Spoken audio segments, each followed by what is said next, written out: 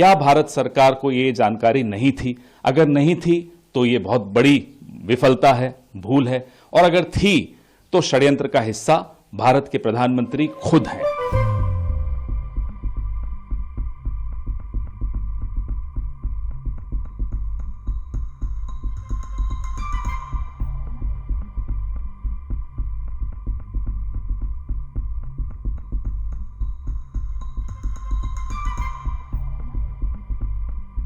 दूध का दूध, पानी का पानी अपने आप हो गया।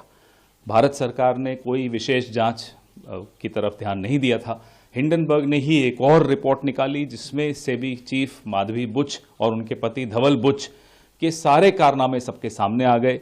ऑफशोर कंपनीज में उनकी इन्वेस्टमेंट सबके सामने आ गई। ये वो कंपनीज हैं जिसमें अदानी के भाई विनोद अदानी की भी इन्वेस्टमेंट्स हैं। जब सब कुछ सामने है तो सवाल ये उठता है कि माधवी बुच को जब सेबी का चेयरमैन बनाया था, क्या भारत सरकार को ये जानकारी नहीं थी? अगर नहीं थी तो ये बहुत बड़ी विफलता है, भूल है, और अगर थी तो षड्यंत्र का हिस्सा भारत के प्रधानमंत्री खुद हैं। सर क्योंकि सेबी ने पहले क्या क्लीन चिट दिया, अब सेबी चीफ को ही अब आप बताइए, आप अपने घर की रक्षा के लिए एक चौकीदार रखते हैं तो क्या उस चौकीदार पे एक और चौकीदार रखेंगे? तभी तो राहुल गांधी ने कहा था उस वक्त चौकीदार चोर है। साबित हुआ या नहीं हुआ?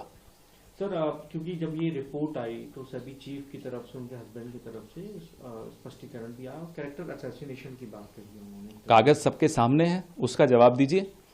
क्या ये ऑफशोर कंपनीज में उनकी इन्वेस्टमेंट्स थी या नहीं थी?